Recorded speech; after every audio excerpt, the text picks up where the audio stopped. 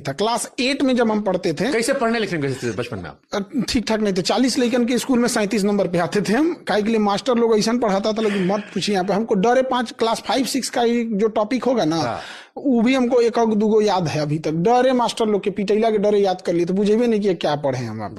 और सबसे बड़ा खराबी क्या था कि हमारे घर वाले लोग, बाबू अच्छा करेगा अंग्रेजी मीडियम में स्कूल एडमिशन करा दिया। कुछ बुझाइए नहीं रहता, खाली पानी पीने का बुझाता था। मैं आई गो टू ड्रिंक वाटर, मैं आई कमिंग सर, ये कुछ बुझेबे किया। अब समझ में नहीं। हाँ, बस थोड़ा बहुत ये एटिकेट्स वगैरह था। तो क्लास जब 8 में हम लोग पढ़ते थे तो हम लोग को ये था, 2-4 दोस्त थे तो कि भाई भोजपुरी में बोलते थे केंगन कमाई जाई, कौन काम कर लिए तो जल्दी धाए दे नौकरी लग जाई हमनी के। तो हम लोग को समझ में आया कि एगो डिप्लोमा बड़ी बढ़िया चीज होता है, 10 के बाद डिप्लोमा कर दीजिएगा, धाए दे नौकरी हो जाता है। तो हम लोग को नहीं पता था कि डिप्लोमा क्या होता है। हम लोग को लगता है कि कोई एक आध महीना का कोई चीज होगा, एग्जाम निकाल देंगे, धाए से नौकरी लग जाएगा। तो ये दिमाग में बैठ गया था कि हम लोग को डिप्लोमा करना है। चुपे चुपे कहते थे सबको नहीं बताना है, हम लोग डिप्लोमा करके निकल देंगे, सब नहीं बताना है। धीरे धीरे पता चला कि जब पॉलिटेक्निक को डिप्लोमा बोलता है, इंजीनियर का छोट इंजीनियर होता है। तो फिर पता चला कि डिप्लोमा बड़ी चर्चा अब बाद में पता चला कि अरे बाप हो बाप, तो इसमें भी पढ़ना है। तो फौज वाला सबसे अच्छा रास्ता होता है। तो एनडीए में सोचे तो लोग निकलेंगे, लोग यहाँ एनडीए में। तो उसके साथ जब नहीं हुआ तब क्या करेगा आदमी, कुछ नहीं कर सकता था। तो थोड़ा सा नहीं सिलेक्शन, जब आप छट जाते हैं तो थोड़ा सा डिप्रेस्ड हो जाते हैं। और जो एज होता है ना, उस एज में बड़ी दिक्कत होता है। तो हम लोग थोड़ा बहुत ये सीख लिए, वेल्डिंग वेल्डिंग जेसीबी और 2-4 काम हम लोग प्लान बनाए थे कि भैया हम लोग ने एगो काम ना सीखल जाई, ये खरमास और लगन मौसम में हो ना बेरोजगार हो जाए, घर की बड़ा दिक्कत हो जाए, 2-2 काम सीखल जाए। तो सब अपना अपना सीख गया। कोई हमारे साथ में था, वो कॉफी बनाना सीखा कि देखा हमने की ठंडी में कॉफी बेचल ले, अब तू जूस बेचिया गर्मी में। तो एक के दुकानिया रही। परिवार कैसा था आपका, मतलब मध्यम वर्गीय गरीब परिवार? बहुत, मतलब ज्वाइंट फैमिली थी, लेकिन एक कमरे में ज्वाइंट मैं भी कहीं कोई वीडियो सुन रहा था मैं, ओशो भाई आए थे, वो कहे पहले ज्वाइंट फैमिली इसलिए थी कि लोग गरीब रहते थे, छोटा घर था, उसको बांटेंगे तो कुछ नहीं मिलेगा, इसलिए लोग ज्वाइंट थे। अभी पैसा कमाने लगे सब सेटल हो गए अलग अलग। अभी दादा वाला घर बता नहीं है। एक और कमरा है सबका, परिवार चाचा जी का एक कमरा, हम लोग का एक कमरा, एक कमरे में सब लोग यहाँ पे। कि मतलब सारे परिवार के दिक्कत कब होता था पता है, त्योहार और कभी कोई की रिश्तेदार को रुक मत जाए, भैया आप दिन भर मिलो और चले जाओ, रुक गए तो बहुत कहाँ सोएंगे, कहाँ एक्स्ट्रा है। तो यही सब दिक्कत। ससुरा ऊपर सोएगा तो हम कहाँ सोएंगे। तो बड़ी हम ऐसे तो गांव में ऊपर एक तल्ला घरे होता है, मतलब ऊपर एक बार चौराहा हो जाता है, लगता है गोलंबर पे बैठल है हम। गांव का घर के छत पे गद्दा में छाओ, बढ़िया सो जाओ। तो इसी सब में थे हम लोग। उसके बाद से धीरे धीरे फिर पठन पाठन में हम लोग नहीं थे यहाँ पे। तो मेरा एक मित्र था, हेमंत नाम था उसका, वो पढ़ाता था कहीं, वो हमसे सीनियर था। जब हम लोग एनडीए कर रहे थे तो सीडीएस कर रहा था। एनडीए इंटर पे होता है, सीडीएस ग्रेजुएशन पे होता है। तो जहाँ पढ़ाता तो इंग्लिश पढ़ाता था, तो अपना वो भी इंग्लिश बस इसीलिए पढ़ाता था कि मतलब कुछ रहने खाने का पैसा निकल सके स्टूडेंट लाइफ में। तो वो जहाँ पढ़ाता था वहाँ पे जीएस का टीचर भाग गया।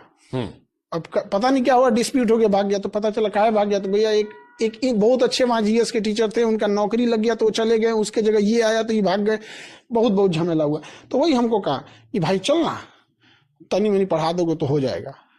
तो गए वहां पे, तो 6 गो लड़के बचल थे, क्योंकि हर 2 दिन पे एक टीचर आता था वहाँ, भाग गए और बच्चे से उसको भगा देते थे। तो अच्छी खासी थी, वो 6 बचे थे सब वहाँ पे। तो फिर उसी में धीरे धीरे पढ़ाने गए। तो पहले दिन पढ़ाने गए तो 6 बच्चे से मजाक बनाने लगे। तो हम आज भी पढ़ाने जाते हैं तो ये नहीं देखने जाते हैं, बस गुड मॉर्निंग चालू हो जाते हैं हम यहाँ। उसके बाद हम सबको अच्छा लगा, तो 6 के जगह 10, 15, 20, 50 ऐसे एक हफ्ते के अंदर, आज से 10-12 साल पहले की, आज से 10-12 साल हो गया। तो फिर उसके बाद पढ़ाने लगे हम लोग धीरे धीरे।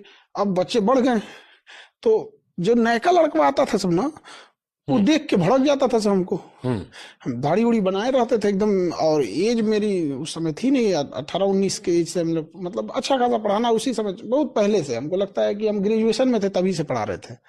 अब ग्रेजुएशन में ना उतना दाढ़ी मोछ नहीं आया रहता बढ़िया से, और आदमी लगता नहीं है कि मास्टर है। ग्रेजुएशन में आदमी ऐसे नहीं लगता कि मास्टर। मतलब नया लौंडा लग रहा है। अब लड़कों सबको देखते थे तो मास्टर जी की छवि अलग होती थी। तो पहले क्या होता, नया बैच होता था ना, तो हम पहले नहीं जाते थे, सारे बच्चे बैठ जाते थे। तब जाते थे यहाँ पे, तुरंत पढ़ाना चालू। हम सोचते थे कि ना पहले इनसे नहीं पूछेंगे कुछ, पहले वो टॉपिक पढ़ा देंगे, टॉपिक पढ़ा देंगे तो कुछ भी नहीं करेगा सब कि कैसन है कैसन नहीं। नहीं तो जहाँ ऐसे पूछ दिए कि कैसे हो तो ये सब हल्ला करने लगेगा सब। तो फिर एक और सर थे मानस सर, अभी वो गवर्नमेंट टीचर हैं, वो कहेंगे दाढ़ी उड़ी रख लीजिए तो बड़ लगेंगे। दाढ़ी उड़ी रख लिया आदमी, हम समझ रहे हैं। हाँ, तो थोड़ा खप गया आदमी उसमें, और फिर उसके बाद पढ़ाने लगे। तो कोचिंग वाले को डर हो गया कि अगर ये टीचर भाग गया तो इसके पीछे सब लड़का भाग जाएंगे सब। तो उसने कहा सर आप पूरा नाम मत बताइएगा। हम कहे भैया हमको क्या जरूरत है बताने का। तो उसने कहा कि आप खान सर, हम बस आपका शॉर्टकट नाम। हम कहा ठीक है, हम पूरा नाम नहीं बताएंगे, खान सर ही बता देंगे। और उसके बाद खान सर हो गया यहाँ पे। वो कोचिंग वाला बड़ी मन बढ़ था। यहीं से अमर अकबर एंथोनी की शुरुआत हुई थी। हाँ, वहीं से हो गया। जिसके बाद आप आज तक कैरी कर रहे हैं। हाँ, कि भाई आप खाली खान अच्छा, सर। उसके बाद कोचिंग वाला बड़ी मन बढ़ था, लेकिन सबसे फीस लेता था ज्यादा, हमको आखड़ जाता था, हमसे कहता था कम में पढ़ाइए जल्दी खत्म हो जाएगा। मुझे जल्दी खत्म होने के चक्कर में उड़ा नहीं ना दे टॉपिक उनसे का, बढ़िया पढ़ाएंगे तो समय लगता है। तो कहता नहीं जल्दी खत्म कीजिए, नया बच्चा आएगा, पैसा आएगा। अब दिमाग खराब होते होते एकदम दिक्कत हो गया यहाँ पे। फिर उसको छोड़ दिए कोचिंग, फिर दूसरी जगह गए। वो भी शुरू में ठीक ठाक था। पटना में था कहीं और चला था? पटने में इधर उधर था बहुत। तो फिर वहां से भी शुरू में कुछ बच्चे लोग ईमानदारी का बोलते थे कि हम फीस कम लेंगे, ये करेंगे। फिर जब बचवा भर जाते थे सब, वो भी वही नौटंकी कर देता था। तो धीरे धीरे लास्टली अपना ही खोल दिया। तो यानी खान सर की शुरुआत यहां से हुई, और ये नाम की कहानी भी यहीं क्लियर हो गई कि भैया किस वजह से वो जीवन भर खान सर। अरे वो बहुत उस पर भी सीबीआई वाला मंथन चलता था। एक कटप्पा ने बाहुबली काया मारा और एक खान सर, तो इसे कहानी खत्म हो गई। आपने जो अपना कोचिंग इंस्टीट्यूट स्टार्ट किया, इसके पीछे क्या सोचा कि आपके पढ़ाने का आपका मन नहीं था? आपने ग्रेजुएशन कहां से की है और क्या किया है? हम बीएससी किए हुए हैं, नॉर्मल स्कूल से किए हैं, ऐसा कोई बहुत बड़का वीआईपी नहीं, नॉर्मल है ग्रेजुएशन बीएससी। जैसे आप यूपीएससी की पढ़ाई करते हो, यूपीएससी की पढ़ाई अच्छी खासी वो होती है एकदम, लोग कहते हैं कि टफेस्ट एग्जाम है। तो फिर आपने इतना पढ़ाई कैसे किया बीच में? या आपने पढ़ा फिर बैठ के सारा? हाँ, पढ़ते, इंटरेस्ट आते रहता था, आदमी पढ़ते रहता। क्योंकि आपको पढ़ाने का मन था नहीं। हाँ, बीएससी आपकी नॉर्मल ग्रेजुएशन की। हाँ, लेकिन आपका पढ़ा लड़का अब देश दुनिया में बड़ा बड़ा नौकरी कर रहा है। हाँ, ये हमको ये समझ नहीं आ रहा कि टीचर रणजी खेला, लड़का इंटरनेशनल खेल रहा है। तो शिक्षक और सड़क अपने जगह पे रहते हैं, दूसरे को मंजिल तक पहुंचाते हैं। ग्रेजुएशन करने के बाद हमको लगा बीएससी में बहुत, पहले हम लोग को ना साइंस वाले ना अलग घमंड में रहते हैं। हाँ पता, हम साइंस वाले हम साइंस वाले हैं।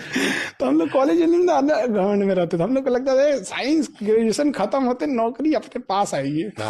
कुछ भी नहीं किया ग्रेजुएशन के बाद। तो हम कहे अब एमए करेंगे। तो बीएससी के बाद फिर एमए किए। बढ़िया। पहले लोग करते थे, बीएससी करे, एमएससी करे, एमए कर ले। हाँ, वही उसका उसी में पठन चलते गया, इधर पढ़ाने लगे।